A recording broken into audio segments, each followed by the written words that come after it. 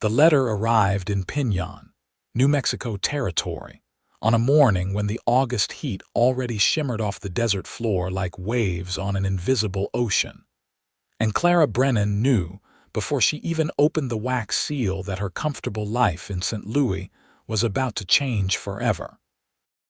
Her father's handwriting trembled across the page, words she had dreaded reading ever since he left 6 months ago to make his fortune in silver mining. "Come quickly. I am dying. There are things you must know before I go."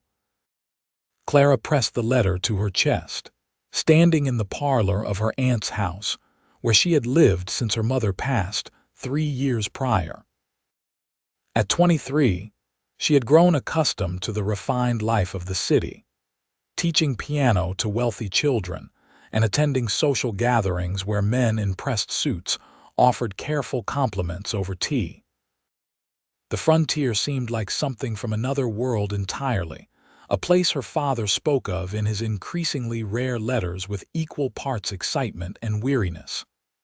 "I have to go," she told her Aunt Margaret that evening over supper.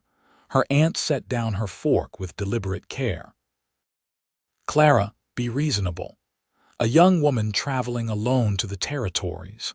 It is not safe. Your father would understand if you waited until proper arrangements could be made." But Clara had already made up her mind.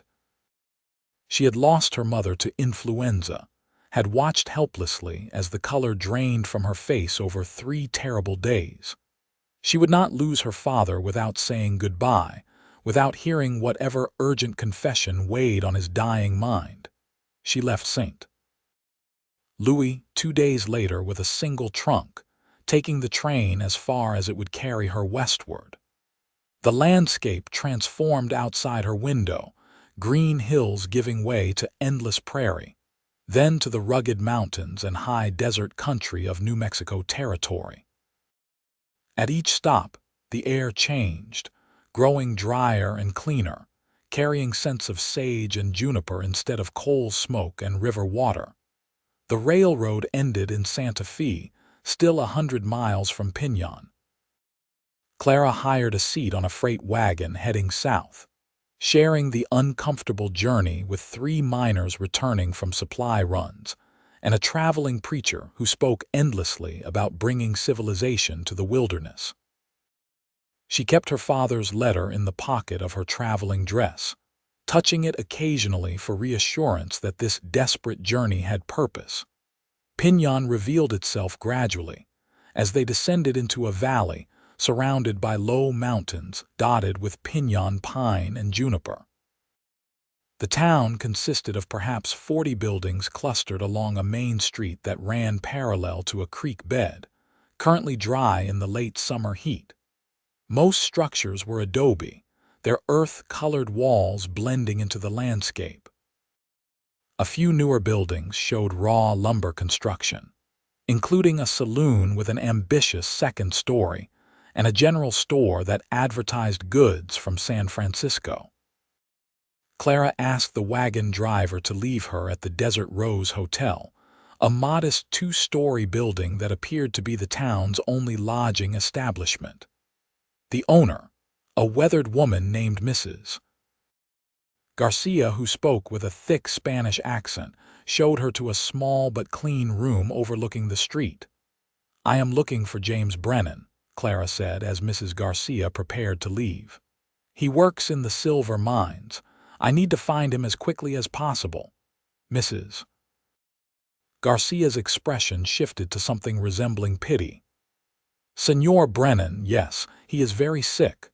The mine doctor has him in a cabin at the edge of town near the old mission ruins.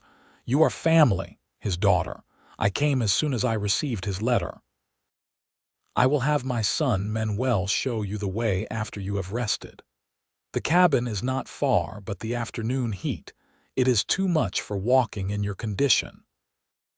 Clara wanted to protest that she was perfectly capable of walking in any heat, but exhaustion from 3 days of travel made her accept the offer with gratitude instead. She washed her face and hands in the basin, changed from her dusty traveling dress into something more presentable, and tried to prepare herself mentally for whatever she might find when she reached her father. Manuel Garcia proved to be a boy of perhaps 15, thin and quick-moving, who led her through the dusty streets with easy familiarity. They passed the general store, the assay office, a building marked as the mining company headquarters, and several saloons from which piano music and rough laughter spilled into the street despite the early hour. "How long has my father been ill?" Clara asked as they walked. Manuel glanced at her with dark, sympathetic eyes. 2 months, maybe more. He worked in the mines until he could not work any more. Senor Peterson, the mine owner, he is not a kind man, but he at least paid for the doctor and the cabin. Some of the miners, they visit him. Especially the tall cowboy who works at the Peterson ranch now. "A cowboy visits my father, Senor Vincent. He used to work in the mines before his lungs got bad. Now he works with the cattle, but he still comes to see the sick miners. He is a good man, very quiet but good." They reached the edge of town where a small adobe cabin sat beneath a twisted juniper tree, its walls cracked with age and patched with darker mud. The structure might have been 100 years old or more, built when this land still belonged to Spain and then Mexico, before the war changed everything. A horse stood tied to a post nearby, a sturdy buckskin gelding with intelligent eyes that watched their approach. Clara's heart hammered as she knocked on the weathered wooden door. She heard movement inside, then the door opened to reveal a man who immediately captured her complete attention, despite the circumstances. He stood perhaps 6 feet tall, with broad shoulders that spoke of hard labor and sun-darkened skin that told of years working under the New Mexico sky. His face was lean and handsome in a rough-hewn way, with a strong jaw shadowed by several days of beard growth and eyes the color of sage in spring, gray-green and startlingly clear. He wore simple clothes, a faded blue shirt and canvas pants, with a bandana tied loosely around his neck. His dark hair needed cutting, falling past his collar in waves. He looked to be perhaps 28 or 30, old enough to have seen considerable life, but young enough that it had not yet beaten him down entirely. "Miss Brennan?" he asked, his voice low and slightly rough as if he did not use it often. "Yes, I am Clara Brennan. I received a letter from my father. Vincent Patterson," he said, stepping back to let her enter. "Your father will be glad you came. He talks about you constantly." Clara stepped into the dim interior of the cabin, her eyes needing a moment to adjust from the brilliant sunlight outside. The space was small but surprisingly clean, with a narrow bed against one wall where her father lay beneath a thin blanket despite the heat. A table held various medicine bottles and a basin of water. The air smelled of sickness and something herbal, perhaps a remedy the local people used. "Papa." Clara moved quickly to the bedside, kneeling on the rough floor. James Brennan opened his eyes, and Clara had to suppress a gasp at how much he had changed. The robust man who left St. Louis had wasted to skin and bones, his face hollow and gray, his breathing labored and wet-sounding. He was only 48, but illness had aged him decades. "Clara," he whispered, and tears tracked down his sunken cheeks. "You came. Thank God you came." She took his hand, shocked at how insubstantial it felt, like holding a bundle of sticks wrapped in paper-thin skin. "Of course I came. I am here now, Papa. Everything will be all right." But she knew, even as she said the words, that nothing would be all right. Death sat in this room as surely as she did, patient and inevitable. The knowledge settled into her chest like a stone. Vincent Patterson moved quietly in the background, checking the water basin and adjusting the single window's shutter to allow a cross breeze without letting in too much harsh light. His movements were economical and practiced, suggesting he had spent considerable time in sick rooms. Mr. Patterson, her father said, his voice gaining a bit of strength. Would you mind stepping outside for a moment? I need to speak with my daughter privately. Vincent nodded, collecting his hat from a peg by the door. I will be just outside if you need anything. Take your time.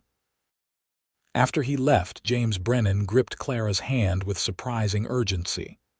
Listen carefully, daughter. I do not have much time and there are things you must know. Papa, you should rest. We can talk later when you have recovered your strength. No. He coughed, the sound rattling deep in his chest. The doctor says days, maybe a week at most.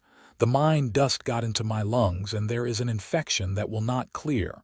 I need you to listen. Clara blinked back tears and nodded.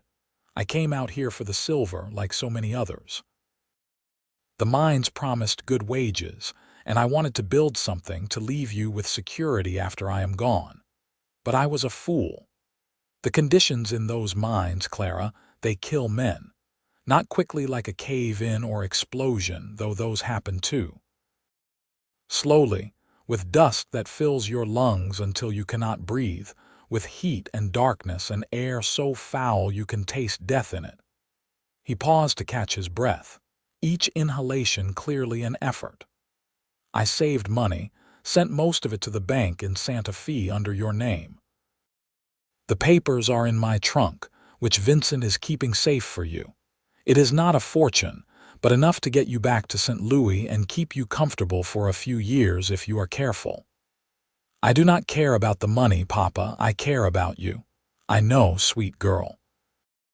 But you need to know something else, something I should have told you long ago. He coughed again, worse this time, and Clara helped him take a sip of water from a tin cup on the bedside table. Your mother and I, we were not married when you were born. We wed when you were 6 months old, after her family finally accepted our union. In the eyes of God and law, you are legitimate, but there are those who might challenge your inheritance if they knew. I have written everything down, made it all legal with a lawyer in Santa Fe, but you must be careful. Trust is earned slowly out here, and people can be cruel to a woman alone. Clara absorbed this revelation with surprising calm. Perhaps the shock of seeing her father so diminished had used up her capacity for emotional upheaval. I am grateful you told me, but it changes nothing about who we are to each other. You are a good daughter, better than I deserved. He closed his eyes for a moment, gathering strength. Vincent Patterson, the man who was just here, he is a decent sort. Hard times brought him out here, same as most, but he kept his character intact. He has been helping me these past weeks, making sure I have water and food, even reading to me when the nights get long. You can trust him if you need assistance. Clara glanced toward the door, thinking of the quiet cowboy with the striking eyes. He seems kind, more than kind, honest. That is rare enough out here to be noteworthy. Her father's breathing grew more labored. I need to rest now. But Clara, I am glad you came. I am glad I got to see you one more time. She stayed by his side as he drifted into uneasy sleep, holding his hand and listening to the terrible sound of his breathing. The cabin walls seemed to press in on her, the weight of everything suddenly overwhelming. She had traveled all this way, but there was nothing she could do. No remedy that would save him. No miracle that would restore what the mines had stolen. After perhaps an hour, Vincent appeared in the doorway, silhouetted against the bright afternoon light. Miss Brennan, you should eat something. I brought food from the hotel. Clara realized she had not eaten since early morning. She carefully released her father's hand and followed Vincent outside, grateful for the fresh air and sunshine after the oppressive atmosphere of the sick room. Vincent had spread a simple meal on a flat rock near the cabin: bread, cheese, dried fruit, and a canteen of water. It is not fancy, but it will keep your strength up. You will need it in the days ahead. They sat in the shade of the juniper tree, and Clara found herself studying him more closely. His hands were scarred and calloused, the hands of a working man, but he handled the food with surprising delicacy. His profile showed a straight nose that had been broken at least once, and a jaw that suggested both strength and stubbornness. "Thank you for taking care of my father," she said. "He spoke highly of you." Vincent shook his head slightly. "I did very little. Your father is easy to help. He never complains, never asks for more than he needs. Some men turn bitter when death comes calling. James Brennan remained grateful for each day. How did you come to know him?" "We worked the same mine for about 4 months before my lungs started giving me trouble.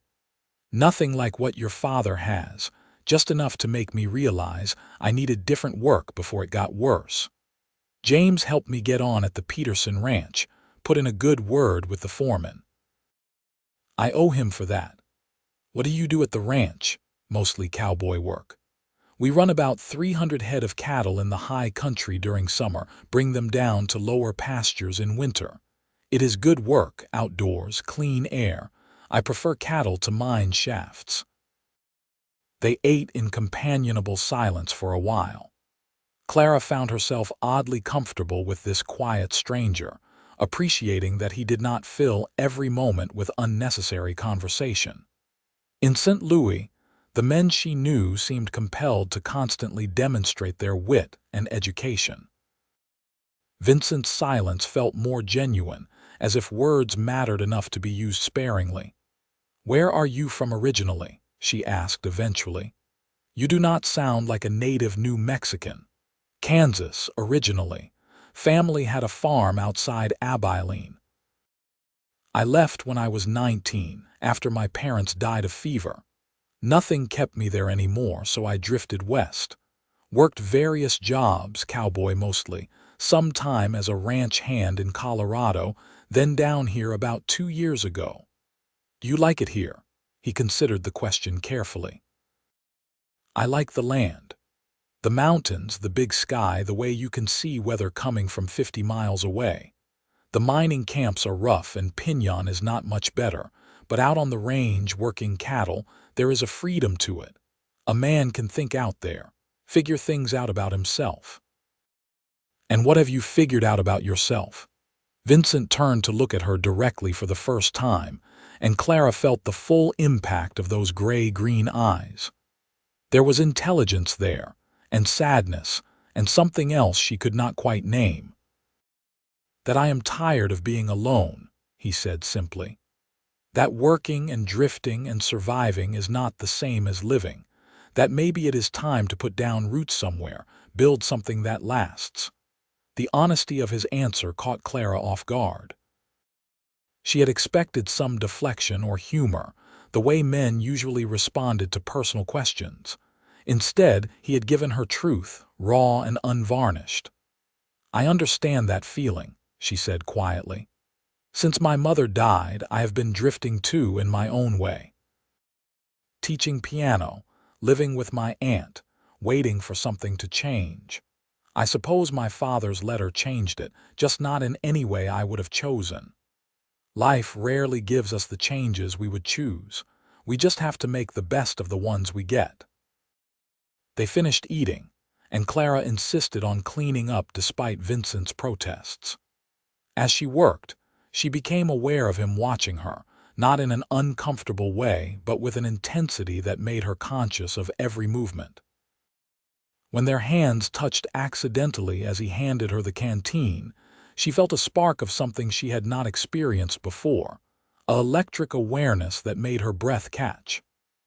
"I should get back to the ranch before dark," Vincent said, standing and brushing dust from his pants. "But I will return tomorrow to check on your father. If you need anything before then, Mrs. Garcia can send Manuel to fetch me. The Patterson Ranch is only about 5 miles north of town. Thank you, Mr. Patterson. I appreciate everything you have done. Vincent, please." "Mr. Patterson sounds like someone important and I am just a cowboy."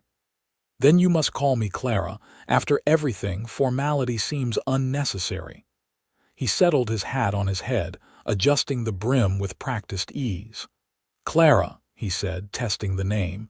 It suits you. Pretty and strong at the same time. Then he was mounting his buckskin gelding with fluid grace and riding away, leaving Clara standing in the dusty yard with her heart beating faster than the simple interaction warranted. The next 3 days fell into a rhythm as Clara settled into the difficult business of watching her father die. She stayed in the cabin during the day, keeping him comfortable, helping him drink water and take the laudanum the doctor had left for pain. At night, she returned to the hotel to sleep, though sleep came fitfully in the unfamiliar bed with worries crowding her mind. Vincent appeared every morning and evening, bringing food, fresh water, and whatever supplies Clara needed. He never stayed long unless invited, respecting her time with her father, but his presence became the anchor point of her days. She found herself listening for his horse, watching the trail for his approach, and feeling disappointed when he had to leave. They talked more each time he visited, sharing stories of their lives in the careful way of people learning to trust each other. Clara told him about St. Louis, about teaching music to children who would rather be outside playing, about the social expectations that felt increasingly hollow as she grew older. Vincent shared stories of cowboy life, of cattle drives and roundups, of sleeping under stars so bright they seemed close enough to touch. "Do you miss Kansas?" she asked one evening as they sat outside the cabin while her father slept. "Sometimes. Not the farm so much, because that was more grief than good memories by the end. But I miss having people who knew me, who remembered me as a boy. Out here, everyone is starting over. We are all reinventing ourselves. That freedom is exhilarating, but it can be lonely too. I think I am beginning to understand that. In St. Louis, I was James Brennan's daughter, Margaret's niece, the piano teacher, all these roles that defined me. Here, no one knows those things. I could be anyone." "Who do you want to be?" Clara considered the question. "Someone stronger than I was. Someone who can handle difficulty without falling apart. Someone who makes her own choices instead of letting life happen to her." "You are already that person," Vincent said. "You came all this way alone, did you not? You are facing this with your father with more courage than most would show. Strength is not about never being afraid. It is about doing what needs doing despite the fear." His words settled into her heart like seeds finding fertile soil. In the growing twilight, with the last rays of sun painting the mountains gold and purple, Clara felt something shift inside her. She looked at this quiet cowboy who had stumbled into her life at its most difficult moment, and recognized that what she felt went deeper than gratitude. On the 4th day, her father's condition worsened noticeably. He drifted in and out of consciousness, his breathing becoming more labored despite increased doses of laudanum.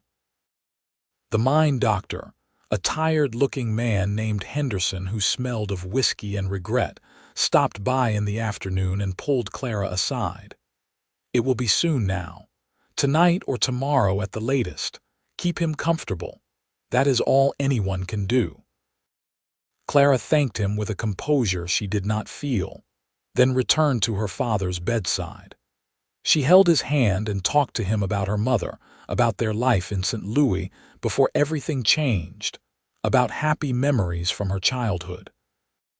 She did not know if he heard, but she hoped some part of him understood he was not alone. Vincent arrived as the sun was setting, bringing lanterns and oil.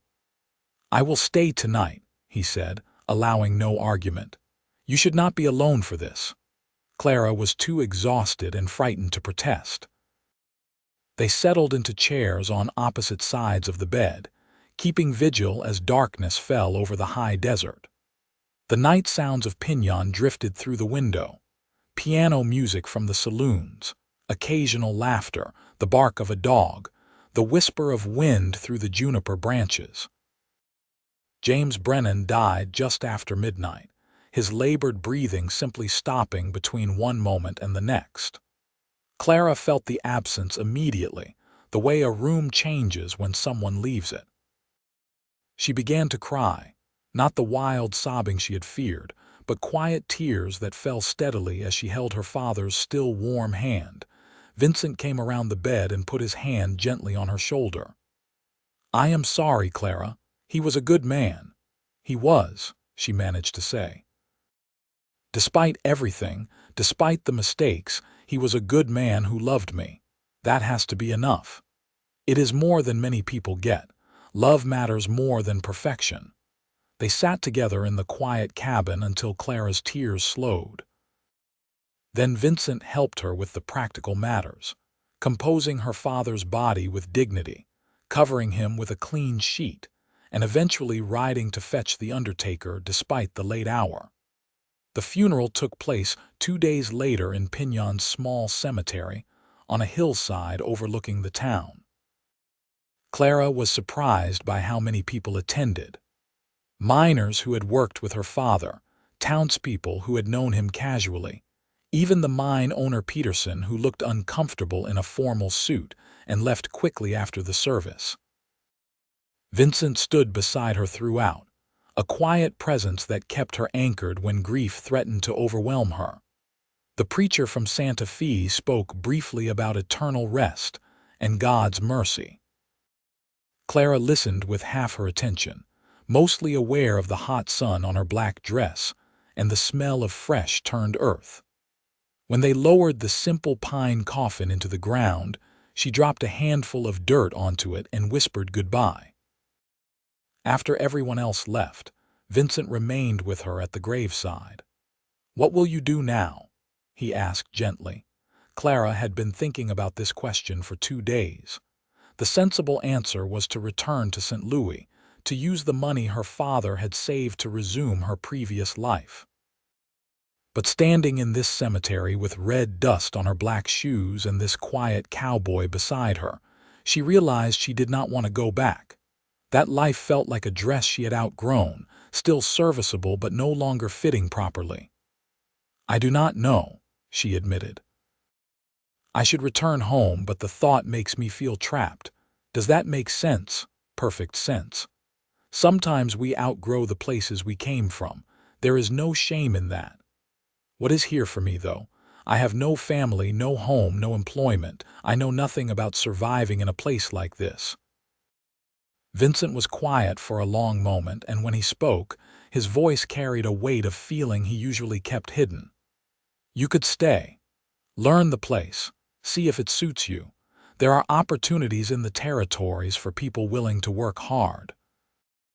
And there are people here who would help you, who would want you to stay."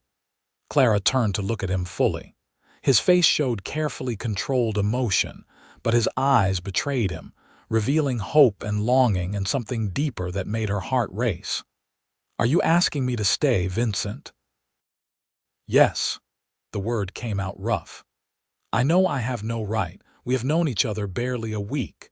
You are educated and cultured from a different world than mine.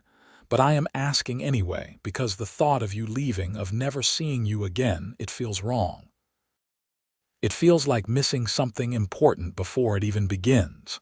Clara's breath caught. No man had ever spoken to her with such raw honesty, stripping away all pretense to expose genuine feeling. Every proper suitor in St. Louis had hidden behind practiced words and social convention. Vincent offered her truth, plain and unadorned. "I do not know how to live in a place like this," she said. "I can play piano and teach children scales. I can pour tea and make polite conversation. What use are those skills in Piñon, New Mexico territory? You will learn the rest. Everyone out here is learning as they go. As for your piano playing, I would wager the saloons and the hotel would pay well for someone who could provide proper music. Mrs. Garcia is always complaining that she cannot attract better clientele without cultural refinements. You want me to play piano in a saloon? I want you to do whatever makes you happy. If that means returning to St. Louis, I will understand. But if you stay, I promise I will do everything in my power to make sure you never regret it." I may be just a cowboy with more past than future, but what I have, I would share with you gladly." Clara felt tears threatening again, but these were different from the grief tears she had cried. These came from something opening up inside her, a possibility she had not dared to imagine. "Ask me properly," she said. Vincent removed his hat, holding it against his chest. "Clara Brennan, would you consider staying in Piñon? Would you let me court you properly the way a woman like you deserves? I cannot promise you luxury or an easy life, but I can promise honesty, hard work, and a heart that is yours if you want it." "Yes," Clara said, the word surprising her with its firmness. "Yes, I will stay. I will let you court me.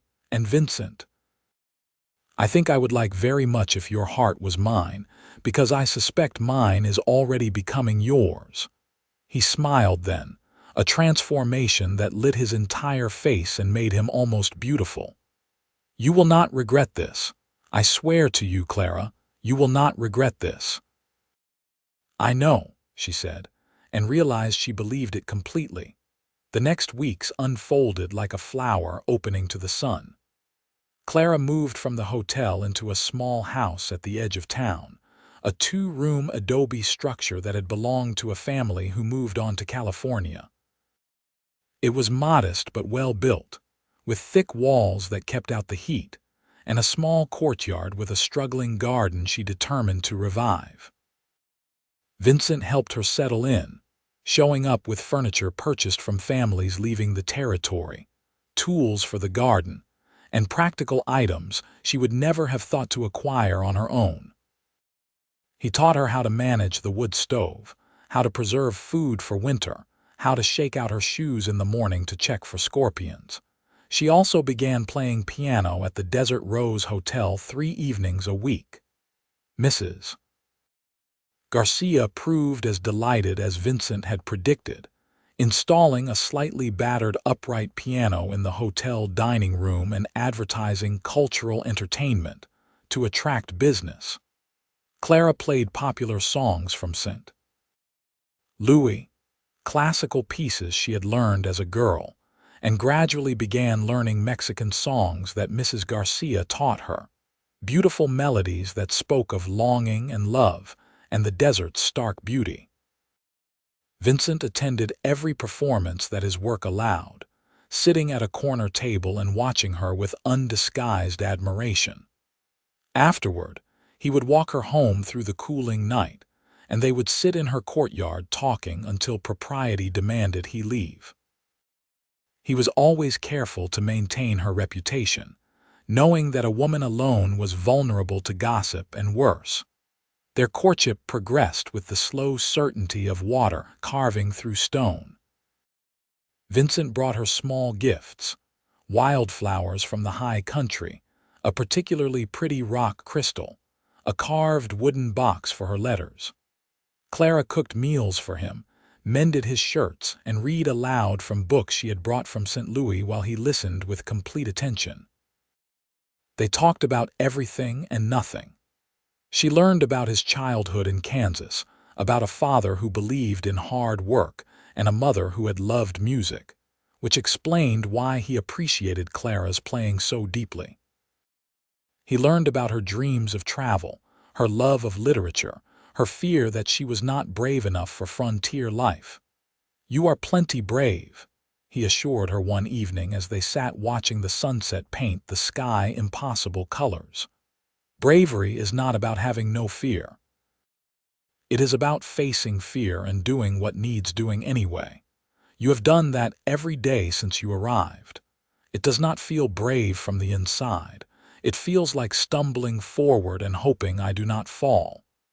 That is what bravery looks like, though. Those people who claim they are never afraid, they are either liars or fools. Anyone with sense knows fear. The brave ones just do not let it stop them." As summer faded into fall, Clara's life in Piñon took on a comfortable rhythm. She played piano, tended her garden, made friends with some of the other women in town, and spent every possible moment with Vincent. Her feelings for him deepened with each passing day, growing from attraction to something far more substantial. She loved the way he listened when she talked, giving her his complete attention as if nothing else in the world mattered. She loved his quiet competence, the way he could fix anything and solve problems with patient persistence. She loved his hands, scarred and strong, and the gentle way he touched her, as if she were something precious. She loved his rare smiles that felt like gifts when they appeared. Most of all, she loved the way he made her feel safe while simultaneously challenging her to be stronger than she thought possible. Vincent's feelings were equally evident, though he expressed them more through actions than words. He showed up whenever she needed help, sometimes before she even knew she needed it. He brought her fresh meat from ranch hunts, taught her to ride horseback with patient instruction, and introduced her to everyone he knew as if she were already his wife. The word marriage hung unspoken between them, a promise waiting to be claimed. Clara knew it was coming, could feel it in the way Vincent looked at her, in the increasing difficulty he had leaving her each evening. She wondered if he was waiting for some sign from her, some indication that she was ready. The answer came one October evening when the first real cold snap arrived, bringing frost that killed the last of the summer flowers. Clara was closing her shutters against the chill when she heard Vincent's horse outside. She opened the door to find him standing in her courtyard with his hat in his hands and a look on his face that made her heart skip. "Clara, I need to talk to you. Come in. It is too cold to stand outside." He entered her small home, filling the space with his presence. She poured coffee and they sat at her table, the one he had refinished for her with his own hands. "I have been thinking," he began, then stopped, uncharacteristically uncertain. "The thing is, I am not good with words like you are. I do not know how to say things prettily, but I need to say this and I need to say it plain. I prefer plain speaking, you know that. Good, then here it is." He reached across the table and took her hand. "I love you, Clara. I have loved you since you stepped into that cabin looking frightened and determined and brave as hell, even though I had no business falling for you so fast. I love everything about you. The way you play music like you are talking to God. The way you laugh at my terrible jokes. The way you face challenges head-on even when you are scared. The way you have made this rough place into a home." Clara's throat tightened with emotion as he continued. "I know I am just a cowboy with not much to offer. I have some savings, enough to buy land and start a small ranch if I am careful. I can build you a proper house, not fancy but solid, a place to raise a family. I can promise you will never go hungry or cold, and that I will work every day to make you happy. What I cannot promise is luxury or an easy life. The frontier is hard and ranching is harder. There will be struggles and setbacks."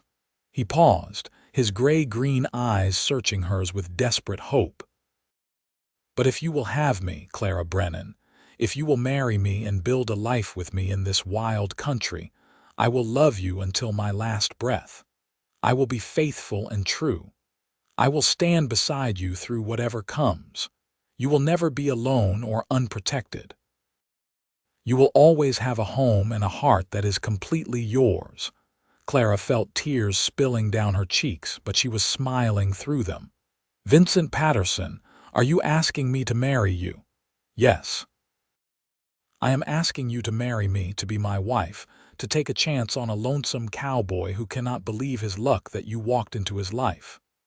"Then yes," Clara said, her voice breaking with joy. "Yes, I will marry you. I love you too, Vincent. I think I started loving you that first day when you were so gentle with my father. I love your kindness and your strength and your honesty. I love the way you make me feel safe and challenged and cherished all at once. I do not want luxury or an easy life. I want a real life, a meaningful life, and I want it with you." Vincent stood, pulling her up and into his arms in one smooth motion. He held her tightly, his face buried in her hair. "You will not regret this, Clara. I swear to you, I will spend the rest of my life making sure you never regret this." Then he was kissing her, and Clara forgot to breathe, forgot everything except the feel of his lips on hers, gentle and passionate at once. It was her first real kiss, and it felt like coming home and starting an adventure simultaneously. When they finally broke apart, both breathing hard, Vincent rested his forehead against hers. "I should leave. I should go right now before I forget every rule of proper behavior." "Maybe forget just a few rules," Clara whispered daringly. "Stay a while longer. It is cold outside." So he stayed, and they sat together on her small sofa, his arm around her shoulders, her head on his chest, listening to his heartbeat and feeling perfectly, completely happy. They talked about their future, about the ranch they would build, about children they hoped to have, about growing old together under the big sky. "When should we marry?" Clara asked. "As soon as possible if you do not need time for planning. I have waited all my life to find you. I do not want to wait any longer than necessary to make you my wife. I do not need a fancy wedding, just something simple with our friends. What about next month? That gives us time to make basic arrangements." "Next month sounds perfect." They married on a crisp November morning in the small Catholic church on the edge of Piñon, with Father Miguel officiating despite neither of them being particularly devout. Mrs. Garcia stood up with Clara, having become something of a surrogate mother to her. A cowboy named Tom Hutchins, Vincent's closest friend from the ranch, served as best man. Clara wore a simple dress of blue wool, the color of summer sky, that she had sewn herself with help from Mrs. Garcia and several other women in town. Vincent wore new dark pants and a white shirt, with a black vest that Clara had given him as a wedding present. He looked handsome enough to make her heart skip when she walked down the short aisle toward him. The ceremony was brief, the words in both English and Spanish, the meanings universal. Vincent's voice shook slightly as he repeated his vows, but his eyes never left Clara's face. When Father Miguel pronounced them husband and wife, Vincent kissed her with such tenderness and joy that several people in the congregation sighed audibly. They held a small celebration at the Desert Rose Hotel, where Mrs. Garcia had prepared a feast of both American and Mexican dishes. Clara played piano while Vincent looked on with such pride and love that she had to blink back tears several times. Friends congratulated them, pressed small gifts into their hands, and shared advice both practical and humorous about married life. As evening fell, Vincent loaded Clara's belongings onto a wagon he had borrowed. They were going to spend their first weeks of marriage in his small cabin at the Patterson Ranch, while he finished building their own home on the property he had purchased 5 miles west of town. The ride to the ranch passed in comfortable quiet. Clara pressed close to Vincent on the wagon seat, his arm around her. The November stars were brilliant overhead, undimmed by clouds or city lights. A coyote called in the distance, the sound lonesome and beautiful at once. "Are you scared?" Vincent asked softly. "No," Clara answered honestly. "I thought I might be, but I am not. I am excited. I am ready to start our life together. Good, because there is no going back now. You are stuck with me." "That is exactly where I want to be, stuck with you." His cabin at the ranch proved to be slightly larger than the one where her father had died, with 2 rooms instead of 1 and a stone fireplace that Vincent had built himself. The interior was Spartan but clean, with furniture he had made by hand. He had clearly made an effort to prepare for her arrival, with wildflowers in a jar on the table and the bed covered with a new quilt in shades of blue and green. "I know it is not much," Vincent said, suddenly uncertain, "but it is warm and solid, and the new house will be much better. I have been working on it every spare moment." Clara turned to face him, reaching up to touch his face. "It is perfect because it is ours. Now stop talking and kiss your wife properly." He needed no more encouragement. The kiss started gentle, but quickly deepened into something that made them both tremble. Vincent lifted Clara in his arms, carrying her to the bedroom with a confidence that suggested this was a moment he had imagined many times. Their wedding night was tender and passionate and occasionally awkward in the way first times often are, but it was perfect because they were together, because they loved each other, because every touch and whisper carried the weight of promises made and meant. Clara had been nervous, having only the vaguest understanding of what to expect, but Vincent was patient and careful, making sure she felt safe and cherished. Afterward, they lay tangled together in the darkness, listening to the wind outside and the crackle of the dying fire. Vincent traced patterns on Clara's shoulder, his touch feather light. "I love you, Mrs. Patterson," he said. Clara smiled at hearing her new name. "I love you, Mr. Patterson. Thank you for asking me to stay. Thank you for making me brave enough to build a new life. You were always brave. You just needed the right reason to show it." The following weeks settled into a new rhythm as Clara adjusted to ranch life. She had expected it to be difficult, and in many ways it was. The work was physically demanding, the isolation sometimes oppressive, the conditions far more primitive than anything she had experienced. But she also found unexpected joys. She loved waking up beside Vincent each morning, watching him dress in the pre-dawn darkness before heading out to work. She loved learning to cook over the fireplace, gradually mastering recipes that Mrs. Garcia and other ranch wives taught her. She loved the quiet afternoons when she could read or sew, the absolute peace broken only by natural sounds. Most of all, she loved the evenings when Vincent returned, tired and dusty, his face lighting up when he saw her. They would eat together, share stories of their days, and then spend the long nights wrapped in each other's arms, learning each other's bodies and hearts with equal thoroughness. Vincent worked on their house whenever he could spare time from ranch duties. Clara would often ride out to the building site on the gentle mare he had bought for her, bringing food and water and staying to help however she could. She watched their home take shape board by board, a solid 2-room structure that would eventually expand to include more rooms as their family grew. "What do you think?" Vincent asked one December afternoon as they stood looking at the nearly completed exterior.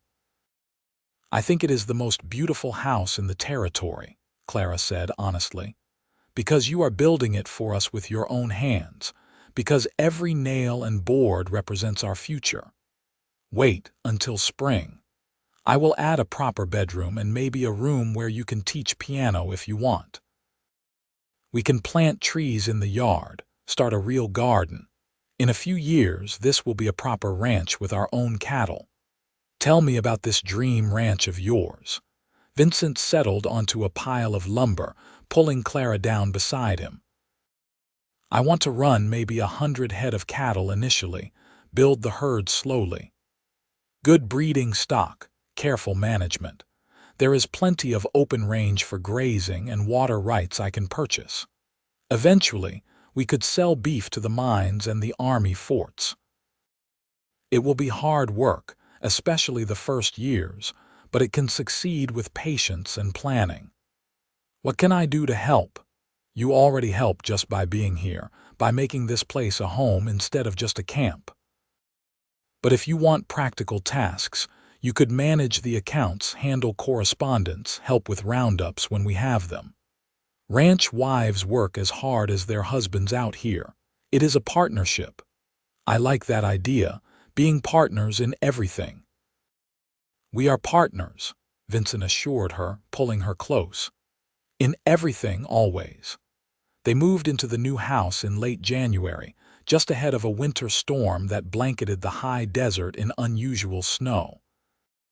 Clara stood in their empty front room, watching fat flakes fall outside the new windows, and felt such overwhelming happiness that she could hardly breathe. "Welcome home, Mrs. Patterson," Vincent said, coming up behind her and wrapping his arms around her waist. "Home," Clara repeated, testing the word. "Yes, this is home. Not St. Louis, not anywhere I have been before. Here with you." They spent the next days making the house truly theirs. Vincent built furniture while Clara sewed curtains and made a braided rug for the bedroom. They moved their few possessions from the ranch cabin, transforming empty rooms into living spaces that reflected both of them. Clara set up a small piano that Vincent had surprised her with, purchased from a family leaving the territory. It was old and slightly out of tune, but she cried when she saw it, understanding what a sacrifice it represented from their limited funds. "You need music," Vincent said simply when she protested the expense. "It is part of who you are. I will not have you lose that."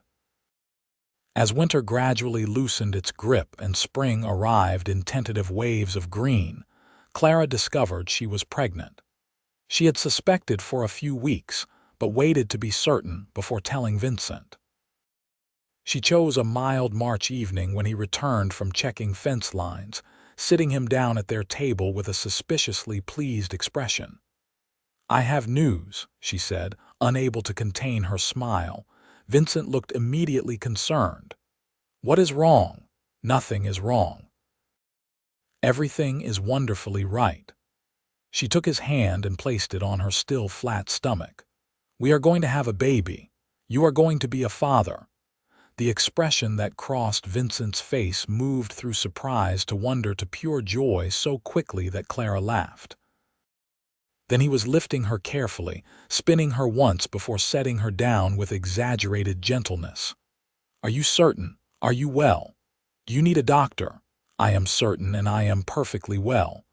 Mrs. Garcia confirmed it. "The baby should arrive in early October." "October," Vincent repeated, his voice full of awe. "We are going to have a baby in October."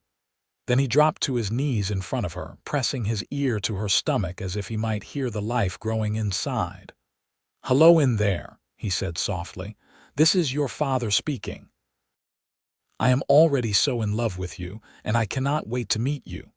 Clara ran her fingers through his hair, overcome with love for this man who had become everything to her. "You are going to be a wonderful father. I am going to try. I am going to try so hard to be the father this child deserves, to give them the life I never had." The pregnancy progressed normally, though Clara found the summer heat more oppressive than usual and tired more easily. Vincent became almost comically protective, trying to prevent her from doing any work at all until she firmly reminded him that pregnant women on the frontier could not afford to be fragile.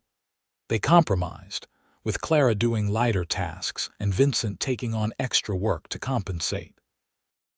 He proved to be endlessly attentive, rubbing her swollen feet in the evenings, bringing her cool water during the day, and talking to her belly as if the baby could already understand him. "What should we name the baby?" Clara asked one evening as they sat on their small porch, watching the sunset. "I do not know. What do you think? If it is a boy, maybe James for my father, and if it is a girl, perhaps something with meaning, hope or grace or something that represents our journey. I like James for a boy. And for a girl, what about Victoria? It means victory, and in a way our whole life together has been a victory over loneliness and loss." "Victoria Patterson," Clara tested. "I like it. Strong and pretty at once." As her due date approached, Vincent arranged for Mrs.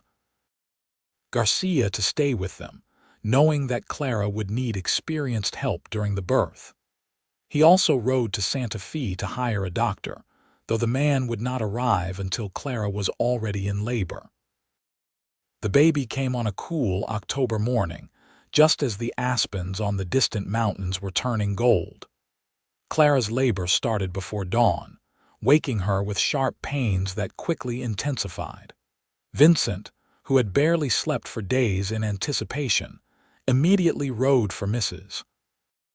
Garcia while Clara paced their bedroom, breathing through contractions and trying not to panic.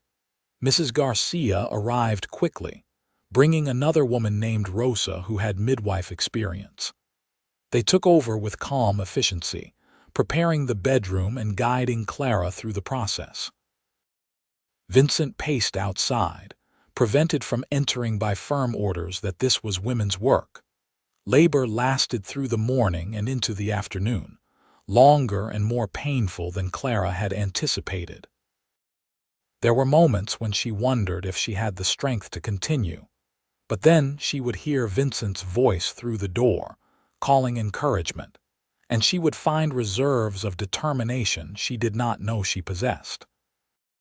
Finally, as the afternoon sun slanted through the bedroom window, Clara gave one last tremendous push and heard the most beautiful sound in the world, her baby's first cry.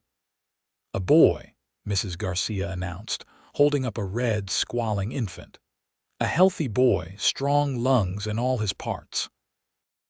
Clara wept as they placed the baby on her chest, this tiny perfect person she and Vincent had created.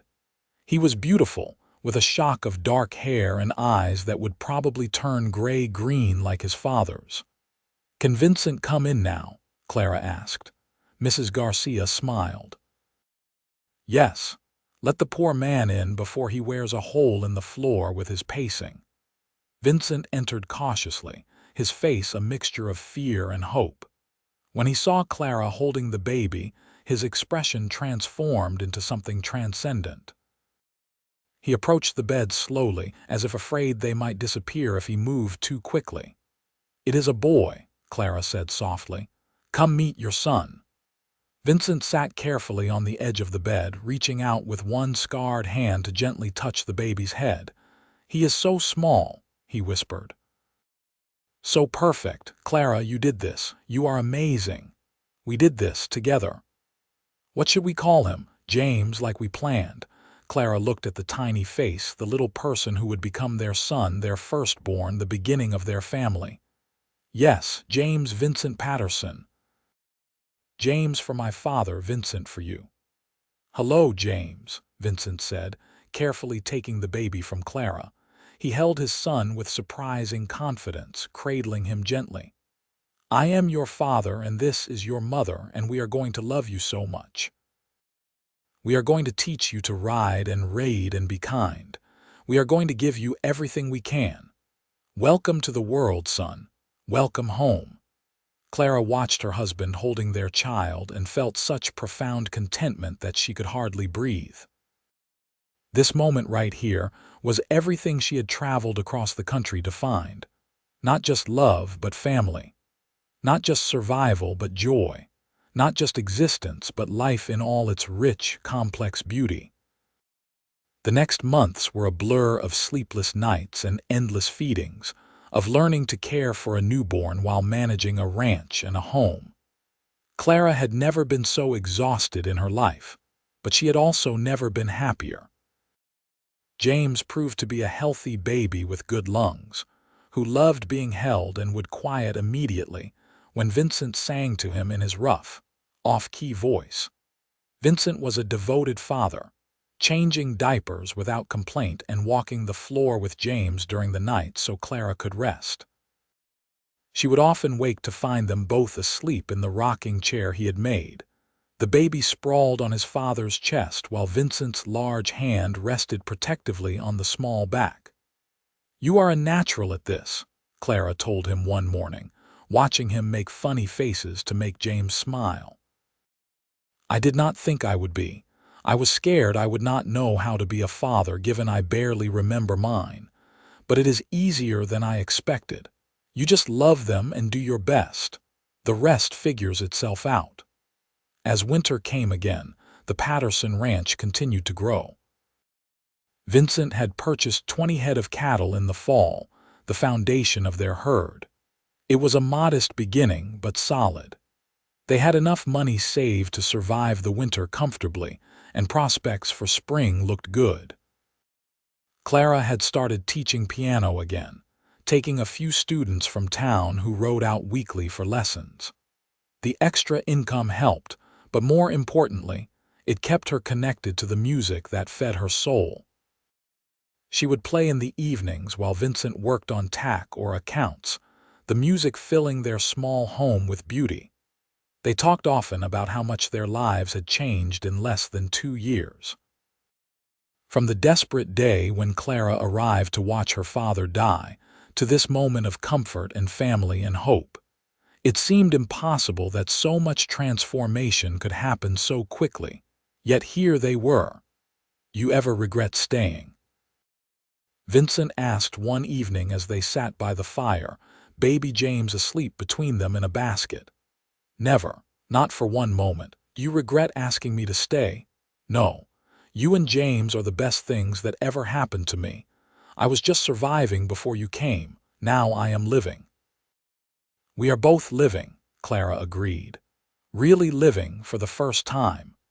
The years that followed brought both challenges and joys in equal measure.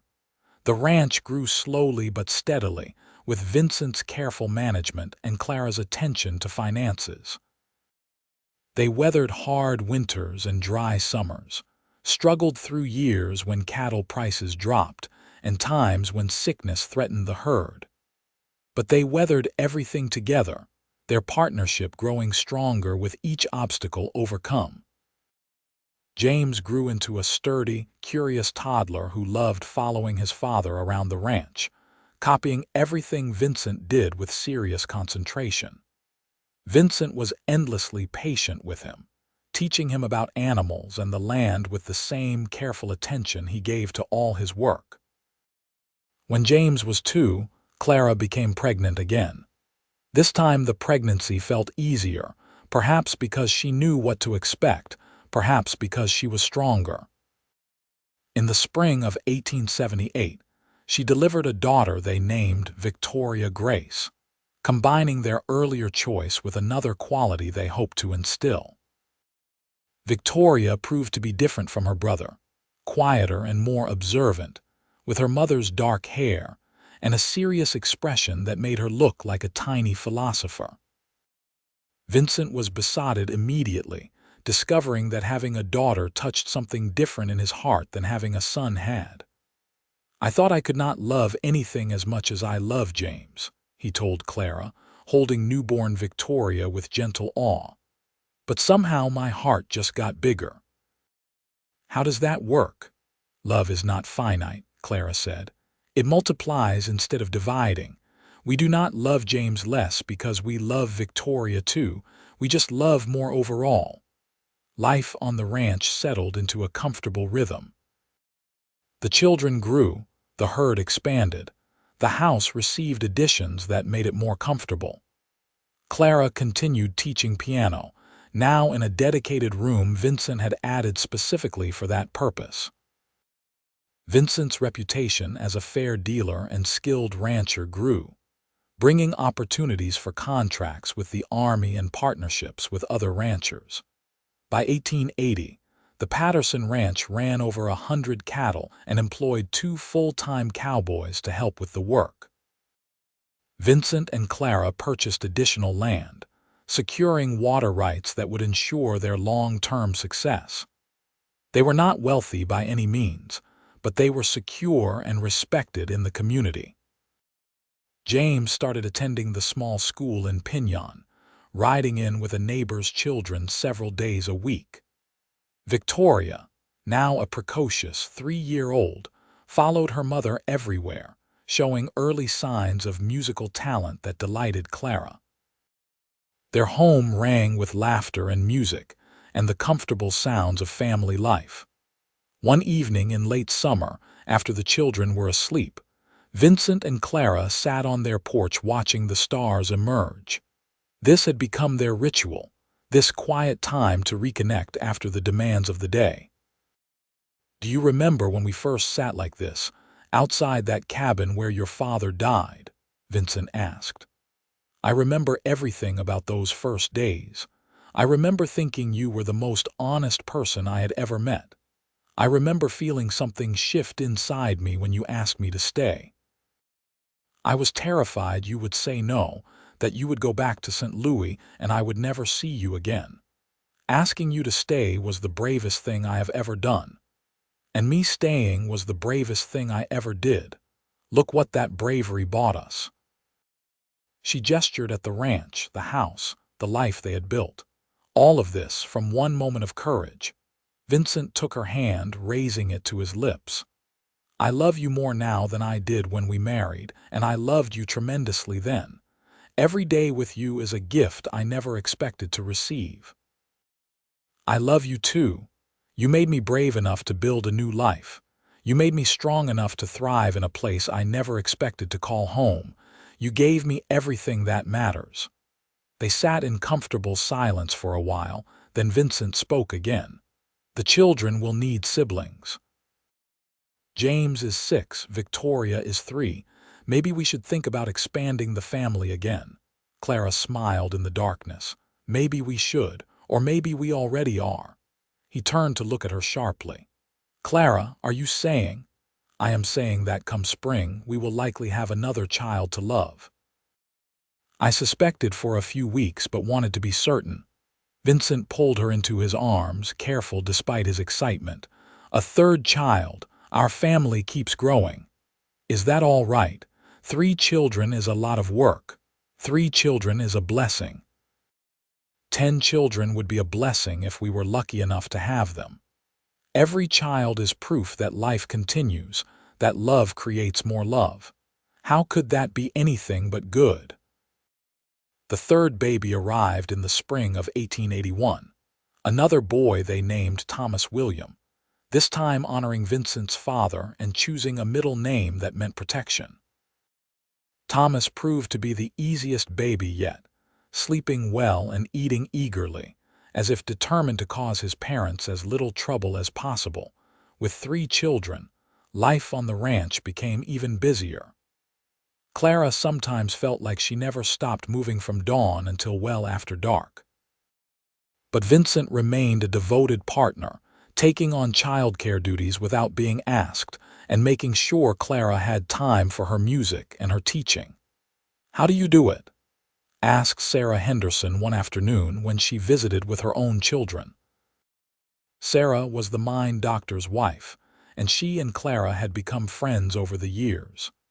3 children, the ranch work, teaching piano, and you still look happy. I have 2 children and I feel overwhelmed constantly. Clara considered the question while watching Vincent play with the children in the yard, tossing Thomas gently in the air while James and Victoria chased chickens. "I think it is because Vincent and I are true partners. He does not think childcare or housework is beneath him. He does not leave everything to me while he focuses solely on ranch work. We share everything, the burdens and the joys. That makes all the difference. You are lucky to have found him." "I am. But it is more than luck. It is also choice. Every day, we choose to love each other, to support each other, to put our family first. That daily choice matters more than initial luck." As the children grew, the Patterson Ranch became known throughout the territory for quality cattle and honest dealing. Vincent's reputation brought business, but it was Clara's touch that made their home a gathering place for the community. She hosted dinners and musical evenings, created a lending library from their growing book collection, and became known as someone who would help neighbors in need. James grew into a thoughtful, responsible boy who loved the ranch and wanted nothing more than to follow in his father's footsteps. Victoria showed her mother's artistic temperament, learning piano quickly and showing talent for drawing as well. Thomas, as he grew from baby to toddler, proved to be the most adventurous of the 3, constantly climbing things and exploring with fearless enthusiasm. In 1883, Clara became pregnant for the 4th time. This pregnancy was harder than the others, perhaps because she was now 30, perhaps because she was simply tired from years of constant childbearing and child-rearing. She suffered from more nausea and fatigue, and Vincent worried constantly. "Maybe this should be our last," he said one evening when Clara was particularly exhausted. "I do not want to risk your health for more children. Let us see how this pregnancy goes before we make that decision." "But Vincent, even if we have 20 children, even if pregnancy is difficult, I would not change anything. This life we have built, our family, it is everything I never knew I wanted." The fourth baby arrived in early 1884, a girl they named Margaret Rose, after Clara's aunt, and because roses had finally started blooming in the garden Clara had carefully tended for years. Margaret was tiny but fierce, making her presence known immediately with surprisingly loud cries for such a small person. With 4 children ranging from infant to 9-year-old, the Patterson household was chaotic but happy. Vincent hired more help for the ranch so he could spend more time with his family, reasoning that building a successful business meant nothing if he missed watching his children grow. He taught James to ride properly, to handle cattle, to read the weather and the land. He taught Victoria to see beauty in the desert landscape, to ride side saddle with confidence, to value education as much as practical skills. Thomas he taught to channel his adventurous energy into useful pursuits, making him a junior ranch hand with small but real responsibilities. And Margaret, still a baby, he simply loved with the devoted tenderness of a father who had learned that children grow up far too quickly. Clara taught them all music and literature, mathematics and history. She read to them every evening, filling their minds with stories of heroes and adventures, teaching them that the world was vast and full of possibilities. She also taught them about their family history, about her father who came west seeking opportunity, about their father who found love in the midst of loneliness. "Will you tell us again how you met Papa?" Victoria asked one evening during story time. It was her favorite tale. Clara smiled, pulling her daughter close. "I came to bring a letter to my father who was very sick. I was scared and alone in a strange place. But then I met your father, who was taking care of my papa even though he barely knew him. Your father was kind when he did not have to be, was helpful when he could have walked away.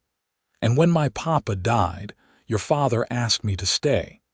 Not just to stay in Piñon, but to give him my heart the way I had come to bring a letter. And I did, because I could see that his heart was true." "And then you got married and had us," James added, having heard the story many times. "And then we got married and had you and built this ranch and created this family. All because of one letter and one brave cowboy who asked a lonely woman to take a chance on him." Vincent, listening from where he sat mending a bridle, smiled at his wife. "It was not bravery, it was desperation. I knew if I let you leave, I would regret it the rest of my life." "Bravery or desperation, it worked out well," Clara said. As the 1880s progressed, the Patterson family continued to thrive. The ranch grew to over 500 head of cattle, making it one of the more successful operations in the territory. Vincent took on a partner, Tom Hutchins, who had stood up at their wedding, forming Patterson and Hutchins Cattle Company.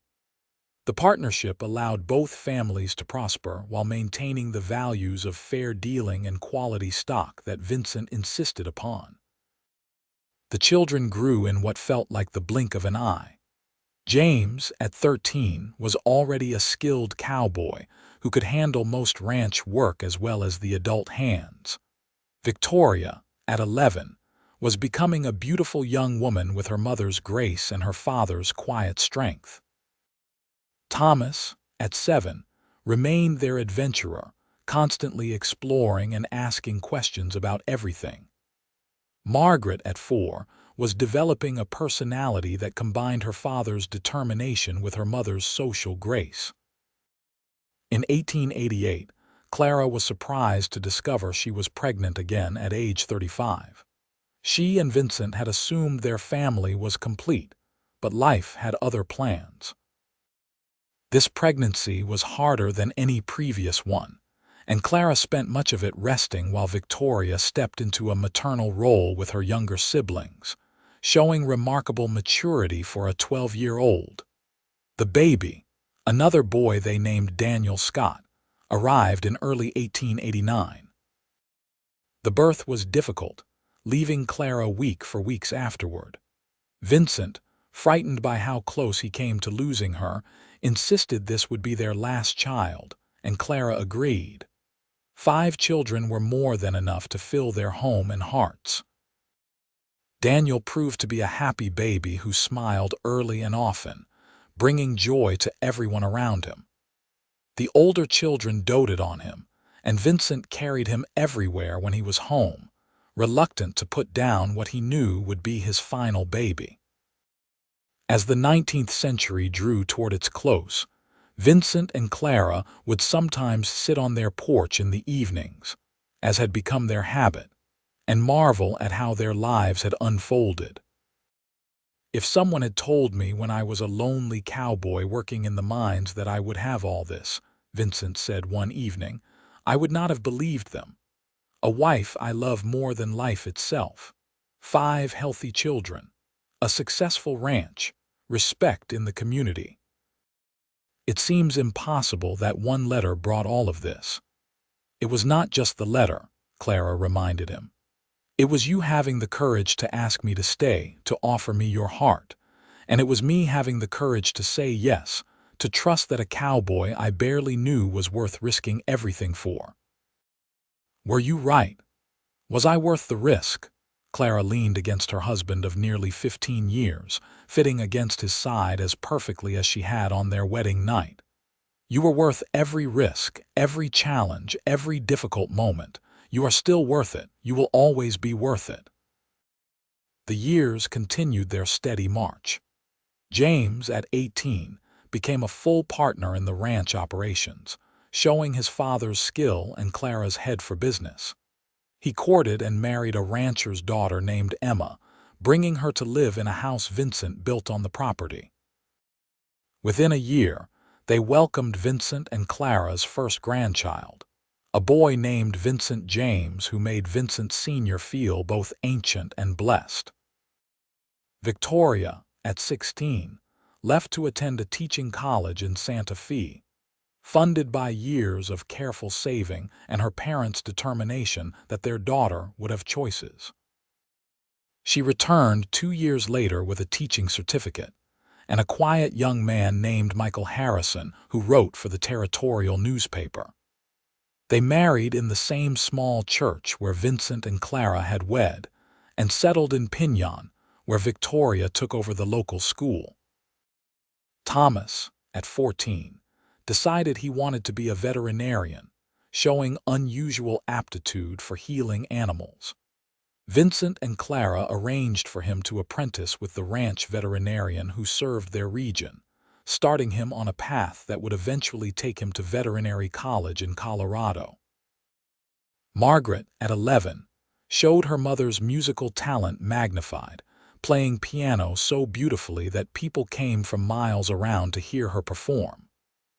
Clara arranged for advanced teachers from Santa Fe to visit, nurturing a gift that might take her daughter far beyond the New Mexico frontier. And Daniel, at 6, was simply himself, a happy child who loved everyone and everything, who saw good in all situations, who reminded them daily that joy was a choice and love was infinite. In 1895, Vincent and Clara celebrated their 20th anniversary. Their children and growing collection of grandchildren gathered at the ranch for a party that lasted an entire weekend. Friends and neighbors came from across the territory, filling the house and yard with laughter and music and the warm chaos of community. Standing in the midst of the celebration, watching her husband dance with their youngest daughter while their oldest son supervised grandchildren playing in the yard, Clara felt such profound gratitude that tears spilled down her cheeks. Mrs. Garcia, now quite elderly but still sharp-eyed, noticed and came to stand beside her. Happy tears, I hope, the happiest. I am just overwhelmed by how blessed we are. 20 years ago, I arrived in Piñon with nothing but a letter and grief. Look at what has grown from that. You built something beautiful, you and Vincent. A family, a business, a legacy. Not everyone who comes to the frontier succeeds so completely. We succeeded because we had each other, because we chose love and partnership over everything else. Because we both came from loneliness and recognized the gift we were being offered. That evening, after the guests had left, and the children were settled in their various sleeping arrangements throughout the house and outbuildings, Vincent and Clara returned to their traditional spot on the porch. 20 years, Vincent said wonderingly. It feels like yesterday and a lifetime ago at the same time. I know exactly what you mean. I remember so vividly the first time I saw you, standing in that cabin doorway. I remember thinking you had the most honest eyes I had ever seen. I still think that. I remember thinking you were the most beautiful woman I had ever encountered, but also the saddest. I wanted to make the sadness go away. I spent years trying to do that. You succeeded. I am not sad anymore. I have not been sad in a very long time. You filled all the empty places inside me with love. Vincent pulled Clara close, and they sat wrapped in each other's arms as the stars emerged overhead. They had sat like this countless times over 2 decades, but it never grew old. This connection, this peace, this perfect understanding between them, it remained as fresh and precious as it had been in the beginning. You remember what you said when I asked you to stay? Vincent asked. You said you thought your heart was already becoming mine. I think about that sometimes, about how our hearts recognized each other even when we barely knew each other. Hearts know things the mind has not figured out yet. My heart knew you would be my home before my mind caught up. I am glad I listened to it. So am I. Listening to my heart, asking you to stay instead of letting fear and doubt win, it was the best decision I ever made. They were quiet for a while, comfortable in their silence. Then Clara spoke again. What do you think the next 20 years will bring? More grandchildren, probably. Watching our children build their own lives and families. Growing old together on this land we love. Sitting on this porch in our rocking chairs, telling stories to great-grandchildren about the old days when the frontier was still wild. That sounds perfect. Absolutely perfect. It does not it? But then, everything about our life together has been perfect. Not perfect in the sense of easy or without challenges, but perfect in the sense of exactly what we needed, what we both were meant to have. Clara reached up to touch Vincent's face, tracing the lines that time and sun had etched there. He was 53 now, his dark hair liberally streaked with gray, his body showing the effects of years of hard labor. But to her, he was exactly as handsome as he had been at 30, perhaps more so because his face now showed character earned through living well. I love you, Vincent Patterson. I loved you when we were young and desperate and building everything from nothing. I love you now when we are middle-aged and established and surrounded by the fruits of our labor. I will love you when we are old and gray and can barely hobble out to this porch. My love for you is the constant in every changing season of our lives. And I love you, Clara. You took a chance on a lonely cowboy who had nothing to offer but a true heart and willing hands. You built a life with me in a hard land. You gave me children and purpose and joy. You transformed existing into living. I could not have asked for more, could not have imagined more. You are everything. They sealed the words with a kiss that still held the passion of new love combined with the depth of long commitment.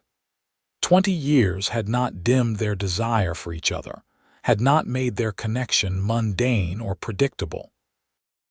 They had grown together instead of apart, had become more themselves because of each other. The years that followed brought all the changes Vincent had predicted and more.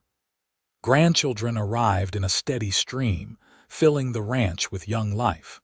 James and Emma had 4 children. Victoria and Michael had 3. Thomas, after completing his veterinary training, returned to New Mexico and married a doctor's daughter, giving Vincent and Clara 2 more grandchildren. Margaret's musical talent took her to San Francisco for advanced study, where she performed in concert halls and earned considerable acclaim. But she never forgot her roots, returning to Piñon regularly and eventually founding a music school in Santa Fe that brought culture to the territory. Daniel, their surprise late baby, grew into a young man of unusual wisdom and compassion. He became a teacher like his sister Victoria, dedicating himself to educating children throughout the territory, including those from families too poor to pay. Vincent and Clara watched it all with pride and satisfaction, seeing their values reflected in their children and grandchildren. The legacy they were leaving was not just the successful ranch or the money carefully saved and invested. It was a family that understood love and commitment, that valued hard work and integrity, that looked out for community and helped those in need. As they aged, they gradually handed over ranch operations to James and his growing sons, though Vincent never fully retired. He was still riding out to check cattle well into his 60s, still making decisions about stock and land management, still teaching grandchildren the skills he had learned over a lifetime. Clara continued teaching piano, now to her grandchildren and great-grandchildren primarily. Her fingers not as nimble as they once were, but her understanding of music deeper. She also wrote down the family history, creating a detailed account of how they had built their life so that future generations would understand their origins. In 1910, Vincent and Clara celebrated their 35th anniversary, surrounded by children, grandchildren, and a few great-grandchildren already beginning to appear. They were both 71 now, still healthy but feeling the weight of years. They had buried friends, weathered illnesses, seen the frontier become increasingly civilized as the new century progressed. 35 years, Clara marveled as they sat once again on their porch, in rocking chairs now instead of on the steps. "We are getting quite old, my dear." "Speak for yourself. I am not old, I am seasoned," Vincent protested with a smile. "Seasoned like old leather, perhaps. And you are as beautiful as the day I met you. More beautiful because I know every story your face tells, every line earned through laughter or worry or thought." Clara reached across to take his hand, their fingers intertwining automatically after so many years of the gesture. "You ever think about that first day? About what your life would have been if I had taken my father's money and returned to St. Louis?" "I try not to think about it, because the thought is unbearable. My life would have been empty. I would have worked and drifted and eventually died alone, having never known what it means to truly love and be loved. I would have been equally empty, I think. I would have returned to teaching piano and attending social functions and slowly withering inside. You saved me as much as I like to think I saved you. We saved each other. That is what love does, I think.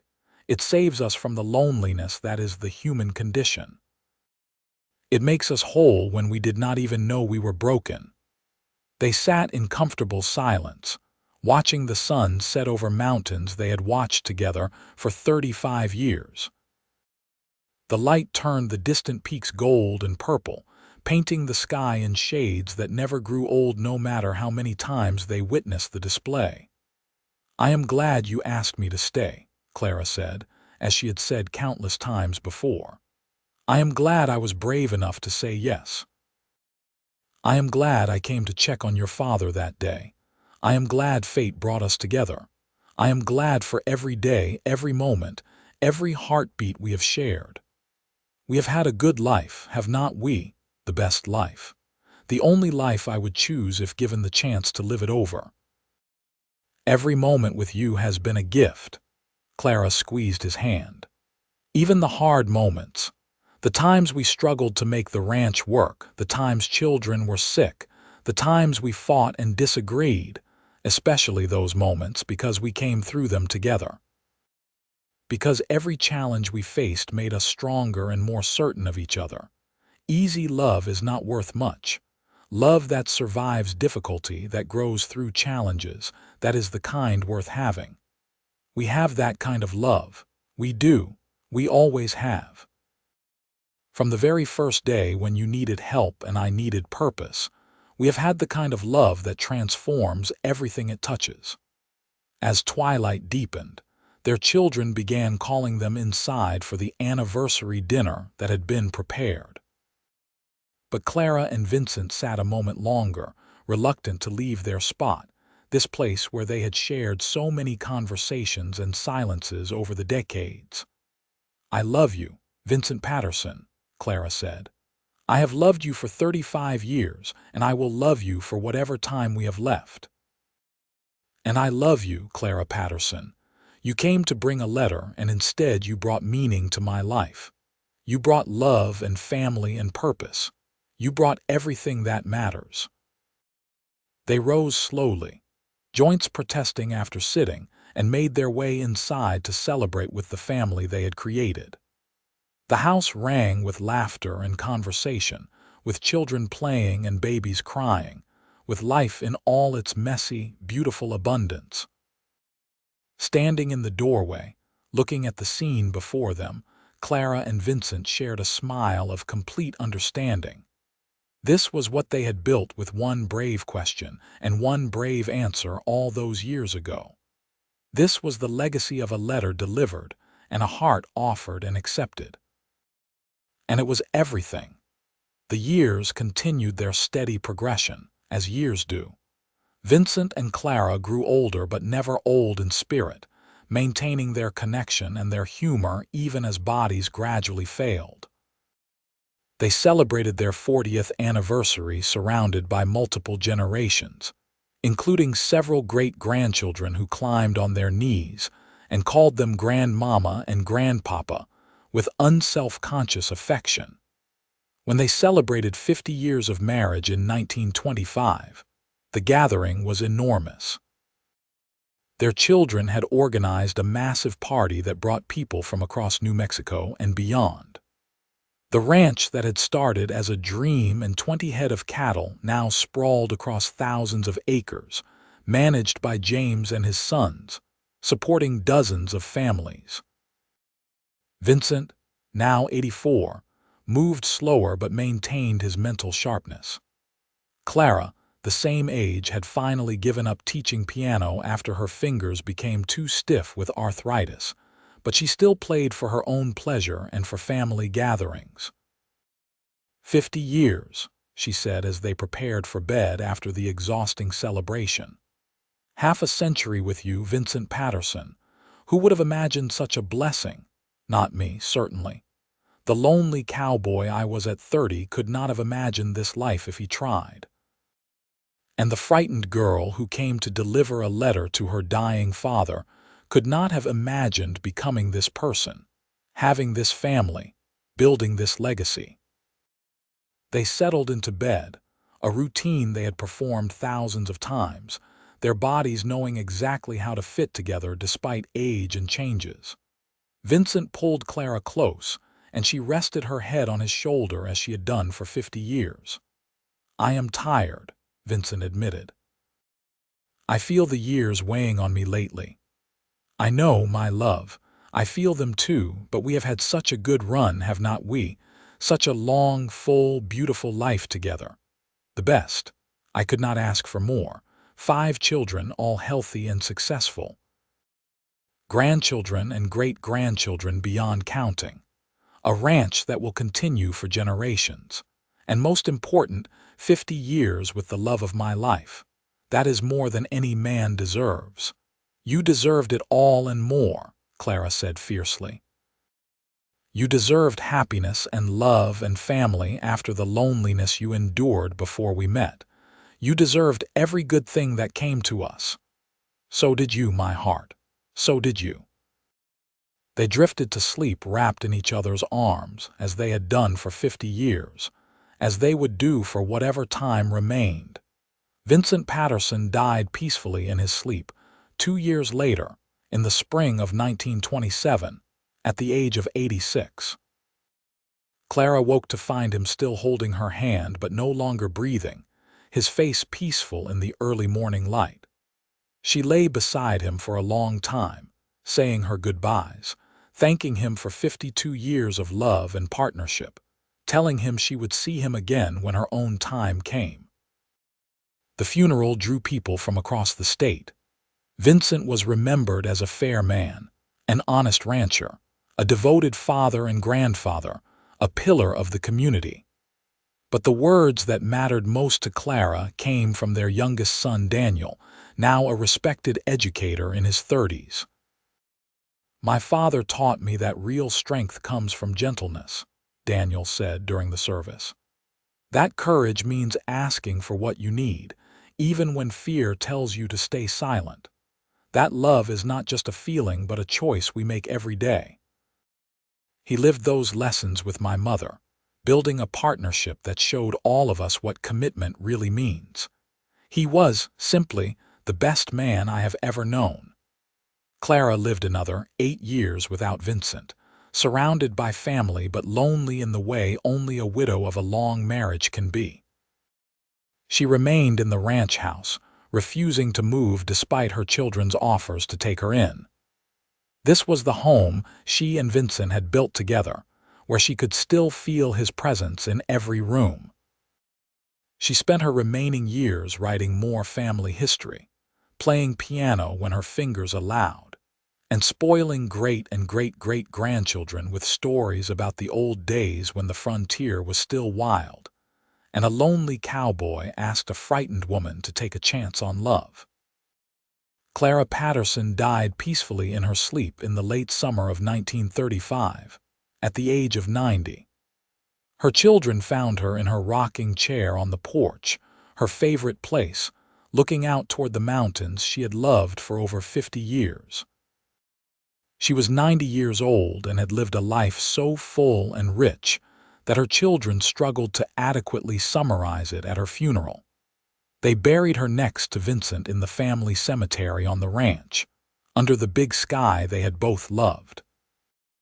The headstone was simple, listing her name and dates and one word that said everything: beloved. At the funeral, Clara's oldest grandchild, Vincent James Patterson, spoke for the family. He was now in his 50s himself, a respected rancher who had learned the trade from his grandfather. "Our grandmother came to New Mexico Territory in 1875 to deliver a letter to her dying father. She planned to stay only long enough to say goodbye, then return to the safe, civilized life she knew. But our grandfather, a lonely cowboy with more heart than money, asked her to stay.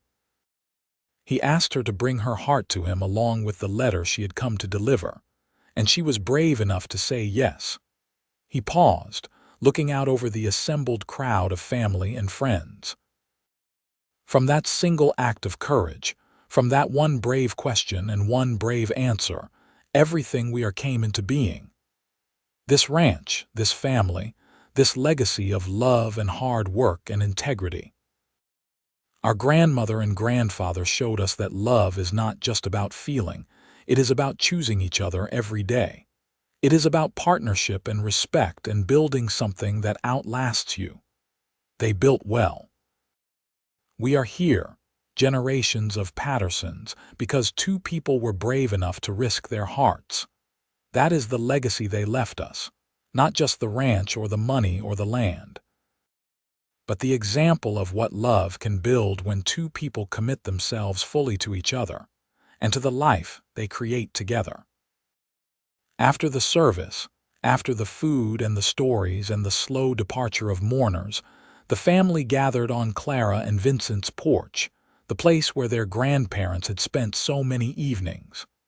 "Tell us the story again," asked one of the youngest great-grandchildren, a girl of perhaps 6.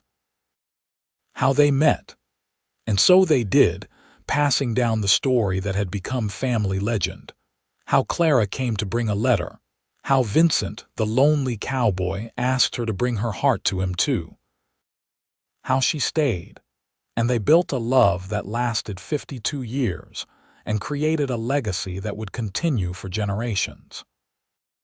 The story ended as all good love stories should, with confirmation that love, real love, the kind built on honesty and partnership and daily choice, was the most powerful force in the world, strong enough to transform loneliness into family, strong enough to turn a harsh frontier into a home, strong enough to create something that outlasted its creators, living on in children and grandchildren and the stories they told. Clara had come to bring a letter. The lonely cowboy had asked her to bring her heart to him too. And from that simple beginning, they had built everything that mattered. A life, a family, a love that would be remembered and celebrated long after both of them were gone. And in the end, what more could anyone ask for than to be remembered with love, to have built something lasting, to have found a partner who made even the hard days bearable and the good days sublime? Clara and Vincent Patterson had found all that and more. Their love story, which began with grief and loneliness, ended with joy and legacy. It was, simply and completely, enough.